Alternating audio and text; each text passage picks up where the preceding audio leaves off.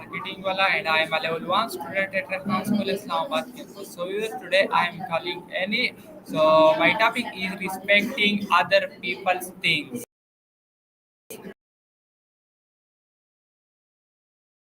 Okay, so I am calling Annie and ask some question about this topic. So someone else belonging. Walaikum assalam Shafad. What a great topic. Respecting someone else's belongings means treating their things with consideration, just like you would want others to treat your stuff. It's about acknowledging that those items are important to them and not using or damaging them without permission.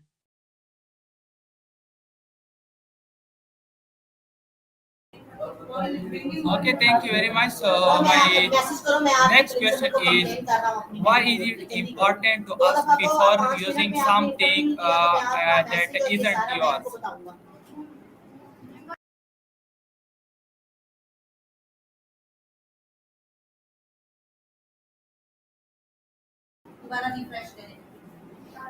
Okay, Annie, so my next question is, why is it important to ask before using something that isn't yours?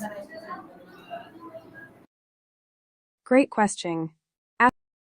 Asking before using something that isn't for the other person's feelings and their property. It helps build trust and prevents misunderstandings. Plus, it's a nice way to show that you value their things and their choices. Have you ever had a situation where someone borrowed something without asking?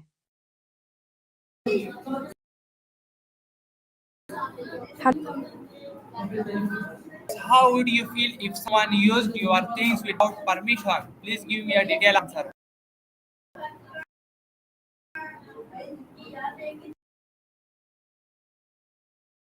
If someone used my, I'd probably feel a mix of surprise and frustration. It's like, hey, that's mine. I'd feel disrespected because my belongings represent my choices and hard work. I might worry about whether they took care of it or if it would come back damaged. It could also make me hesitant to share in the future. Communication is key, right? How about you? Do you feel in that situation? Yes, okay, thank you very much. So my next question is, what are some examples of this respecting other people property? Please give me a long answer. Absolutely respecting other people's property can take many forms. Here are some examples. Only asking for permission. Before borrowing a book, a piece of clothing, or even a gadget, always ask the owner first. It shows that you value their belongings. To returning items in good condition. If you borrow something, sure to return it in the same condition you received. If it gets damaged, let them know and offer to fix or replace it. 3. Being mindful of shared spaces. In places like classrooms, offices, or homes, keeping shared areas tidy and not leaving your things scattered shows respect for others who use those spaces. 4. Respecting personal boundaries. If someone has a special collection or a workspace, it's important to respect their space and not touch their things without asking. 5. Understanding value. Sometimes items may have sentimental value, not just monetary. Recognizing that something might mean a lot to someone can help you treat it with care. 6. Using items appropriately. Borrowing a tool or a piece of equipment. Make sure you know how to use it properly. Your belongings. Expressing gratitude can go a long way in showing that you appreciate trust, relationships, and create a sense of community. Do you think these examples can apply in your own life or school? Yes, okay, thank you very much. So my next question is, what should you do if you accidentally break someone item? Please give me a long answer. If you accidentally bring someone else's item, here's a thoughtful way to handle it. Stay calm. First, don't panic. Mistakes happen, and it's important to approach their mind. To identify the item, take a moment to figure out whose item it is. Look for any identifying marks, labels, or features that might help you determine ownership. 3. Contact the owner. Reach out to the person whose item it is as soon as possible. A quick message or call can clear up any confusion. Be honest about what happened, and let them know you have their item. 4. Apologize. A sincere apology goes a long way. Acknowledge that it was a mistake and express your regret for any inconvenience it might have caused. 5. Arrange for return. Discuss how you can return the item. Whether it's meeting up or leaving it in a designated spot, make sure it's convenient for the owner. 6. Learn from the experience. Reflect on how the mix-up happened. Maybe you need to be more mindful when packing your things or double-check before leaving a place. 7. Respectful. When returning the item, handle it with care. Show that you respect their belongings and appreciate their understanding. 8. Follow up. After returning the item, a little follow-up message thanking them for their understanding can help strengthen your relationship. Handling the situation with honesty and respect not only resolves the issue but also builds trust. Have you ever had a similar experience? How did you deal with it? Yes, so my next question is brewing something the same as taking it? Why or why not? That's an interesting question. Growing something and taking it are quite different, and here's why. Owning ownership and effort. When you grow something like a plant or a vegetable, you're putting in effort, time, and care. It's a process where you nurture it from a seed to a full-grown item. This creates a sense of ownership and connection. To respect for nature. Growing something often involves respecting nature and understanding how to care for it. It's about being responsible and mindful of the environment. 3. Borrowing. Taking something usually implies that you're removing it from someone else's property without permission. It can lead to feelings of disrespect or violation of trust. Growing something, on the other hand, is about creating and cultivating your own. 4. Value and meaning. When you grow something, it often has more personal value. You've invested your heart and effort into it, making it more meaningful than just taking something that doesn't belong to you. 5. Sharing and community. Growing can also lead to sharing with others, like giving away produce from your garden. It fosters community and generosity, while taking can create tension. So while both involve items, the intentions and actions behind them are quite different. What do you think? Do you enjoy growing things or have any gardening experiences? Yes, okay. So my next question is why is it important to return broad items in the same condition? Returning borrowed items in the same condition is super important for several reasons. Own trust and respect. When you return something in good condition, it shows respect for the owner's property. It reinforces trust and shows that you value their belongings. To maintaining relationships. Returning items as you receive them helps maintain good relationships. If you consistently return things in good shape, people are more likely to lend you their things in the future. 3. Avoiding conflict. If an item is returned damaged, it can lead to misunderstandings or conflicts. People might feel upset or worried about, which can create tension. 4. Personal responsibility. It reflects your character and responsibility. Taking care of borrowed items demonstrates that you're reliable and considerate. 5. Value of items. Some items may or be hard to replace. Returning them in the same condition shows that you understand their worth. 6. Learning and growth. Taking care of borrowed items can teach you responsibility and mindfulness. It's a good practice that can apply to many areas of life. By treating borrowed items with care, you contribute to a positive cycle of sharing and respect. Have you had experiences where returning something in good condition made a difference? Yes, okay. So my next question is how can we teach others to respect?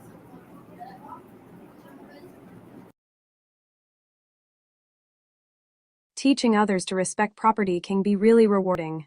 Here are some effective ways to do it. Only lead by example. Show respect for your own belongings and others' items. When people see you handling things with care, they're more likely to follow suit. 2. Open conversations. Talk about the importance of respecting property. Share stories or examples that highlight how it affects relationships and trust. 3. Set clear expectations. If you're in a position to teach, like in a classroom or at home, establish clear rules about borrowing and caring for items. Make sure everyone understands what's expected. 4. Encourage empathy. Help others understand how they would feel if their belongings were not treated with respect. Empathy can motivate people to be more considerate. 5. Use real-life examples. Share experiences where respecting property led to positive outcomes or where disrespecting it caused issues. Stories can be powerful teaching tools. 6. Create a culture of sharing. Foster an environment where sharing is encouraged, but also emphasize the importance of returning items in good condition. This reinforces the idea of mutual respect. 7. Reward good behavior. Acknowledge and praise respectful behavior when you see it. Positive reinforcement can encourage others to continue being considerate. Practice mindfulness. Teach mindfulness techniques that help people think before they act. This can help them consider the impact of their actions on others' belongings. By using these approaches, you can help create a culture of respect for property. Have you thought about how you might implement some of these ideas? Yes, okay, so my next question is what role does trust play in sharing things? It seems like frost might be a typo or a mix-up. If you meant trust, I'd love to dive into that. Trust plays a huge role in sharing things. Here's how our own foundation of sharing. Trust is the foundation of any sharing relationship. When you trust someone, you feel comfortable.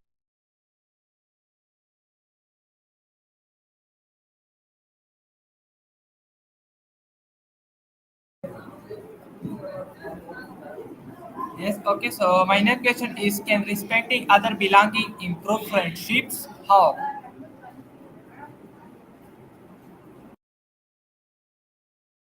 Absolutely respecting others' belongings can significantly improve relationships in several ways. Only builds trust. When you show respect for someone's property, it builds trust. People feel more comfortable around you when they know you value their things. Two strengthens bonds. Respecting belongings demonstrates care and consideration, which can strengthen your emotional connection with others. 3 encourages open communication. When you respect what others own, it fosters an environment where people feel safe to communicate openly about their needs and concerns. 5 promotes reciprocity. When you respect someone's belongings, they're more likely to reciprocate that respect. This mutual understanding can lead to a healthier relationship. 5 reduce conflict. Respecting property helps avoid misunderstandings or conflicts that can arise from damage or neglect. Fewer conflicts means smoother interactions. 6 demonstrates responsibility. Showing that you can care for others' belongings reflects your responsibility, which can enhance your reputation and relationships. 7 it creates a supportive environment. When respect is present, it creates a supportive atmosphere where people feel valued and appreciated, leading to stronger connections. Overall, respecting belongings is a key aspect of building and maintaining positive relationships. Have you seen this play out in your own life? Yes, okay, so my next question is what would you do if you saw someone damaging school property? If I saw someone damaging school property, I'd probably take a few thoughtful steps. Stay calm. First, I'd take a deep breath and assess the situation. Staying calm helps me think clearly. 2 approach gently. If it felt safe, I might approach the person and ask them to stop. I'd try to understand why they were doing it and encourage them to think about the consequences. 3 talk to a teacher or staff. If the situation seemed serious or the person didn't stop, I'd report it to a teacher or school staff. They are trained to handle these situations. 4 promote awareness. I might say discussion or workshop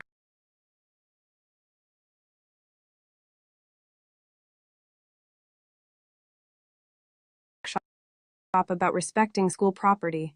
Raising awareness can help prevent future incidents. 5a lead by example. I'd continue to show respect for school property myself, hoping others would follow suit. 6 encourage responsibility. If appropriate, I might encourage the person to take responsibility for cleaning up or repair any damage. It's important to address these situations thoughtfully to promote a positive environment. What do you think is the best way to handle it? Okay, so my next question is should people be punished for not respecting other property? Why? That's a thought-provoking question. Here are some points to consider regarding punishment for not respecting others' property. Only context matters. The context of the situation is important. If it was accidental or a misunderstanding, conversation might be more effective than punishment. Toy teach a lesson. Sometimes, consequences can be a way to teach responsibility. However, it's essential that the punishment is fair and aimed at helping the person learn. 3 encourage accountability. Instead of strict punishment, encouraging accountability can be more beneficial. Helping someone understand the impact of their actions can lead to personal growth. 4 focus on repairing relationships. Instead of just punitive measures, it might be more effective to focus on repairing relationships and restoring trust. This can involve discussions or community service. 5 promote understanding. Educating people about why respecting property is important can be more effective than punishment alone. Understanding the reasons behind the rules can foster better behavior. 6 balance consequences. If someone repeatedly disrespects property, consistent consequences may be necessary to reinforce the importance of respect. Ultimately, the goal should be to foster understanding and growth rather than just punishment. What do you think would be the best approach in these situations? Yes, okay. So my next question is how can respecting property help create a peaceful environment? Respecting property can play a significant role in creating a peaceful environment in several ways. Oni fosters trust. When people respect each other's belongings, it builds trust. Trust reduces tension and creates a sense of safety among individuals. To encourage cooperation. A respectful atmosphere promotes collaboration. People are more likely to work together harmoniously when they feel their property is valued. 3. Reduce conflict. Respecting property minimizes misunderstandings and conflicts. Fewer disputes mean a calmer, more peaceful environment. 4. Promotes responsibility. When individuals take responsibility for their actions regarding property, it encourages a sense of accountability that contributes to a more orderly space. 5. Enhances community spirit. A culture of respect for belongings fosters a sense of community. People feel more connected and invested in their shared environment. 6. Encourages mindfulness. Respecting property encourages mindfulness, where individuals consider the impact of their actions on others. This awareness can lead to more thoughtful interactions. 7. Accretes positive norms. When respect for property is the norm, it sets a positive example for others, creating a ripple effect that promotes a peaceful atmosphere. Overall, respecting property is essential for nurturing a supportive and peaceful environment. How do you see this playing out in your own experiences? Yes, okay. So my next question is how does respecting a public property show good citizenship? Respecting public property is a key aspect of good citizenship for several reasons. Oni community pride. When people take care of public property, it shows pride in their community. It reflects a commitment to maintaining a pleasant environment for everyone. Tuosh, you're welcome. I'm glad to help. If you have more questions or just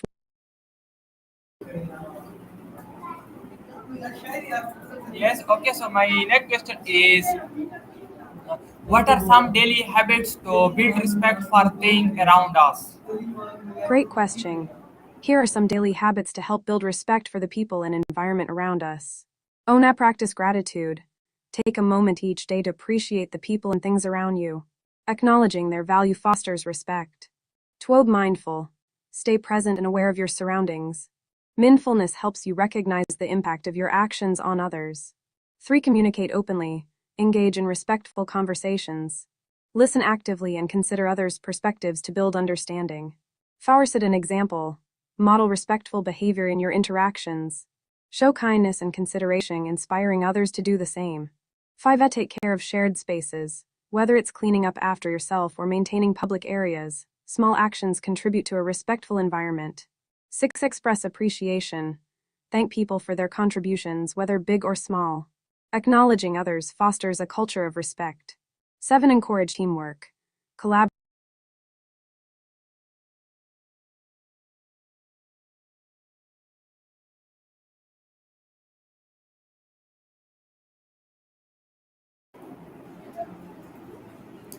Yes, okay. So my next question is I'm all yours. What's your next question? what lesson do we learn by respecting other people's possessions? Respecting other people teaches us several valuable lessons. Oni empathy. We learn to understand and appreciate others' feelings and perspectives, which fosters compassion. Twa building trust. Respecting others helps build trust in relationships, making communication and collaboration easier.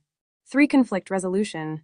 It shows us the importance of addressing disagreements calmly and respectfully, leading to healthier resolutions. 4. Community harmony. Respect promotes a sense of belonging and unity, encouraging a positive environment for everyone. 5. Personal growth. It encourages us to reflect on our own values and behaviors, leading to personal development. 6. Diversity appreciation. Respecting others teaches us to value different backgrounds and experiences, enriching our lives. 7. Positive influence. When we respect others, we inspire them to do the same, creating a ripple effect of kindness. Overall, respecting others enhances our relationships and contributes to a more harmonious society. What lesson resonates with you the most? Also, me, it sounds like you're really thinking about these lessons.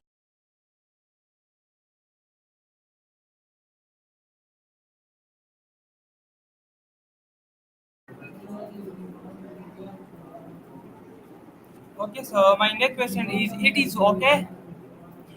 Is it okay to use someone else's phone or laptop without asking? Great question.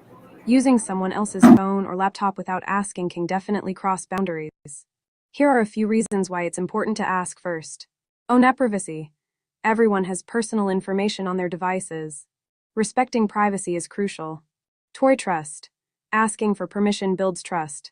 It shows you value the other person's belongings and boundaries. 3. Accidental damage. You might inadvertently mess something up or break something. It's better to ask and avoid that risk. 4. Personal preferences. People often have specific settings or apps they prefer. Using someone else's device without asking might disrupt their experience. 5. Respecting boundaries. Everyone has different comfort levels with sharing their things. Asking shows you respect their boundaries. So, while it might seem easy to use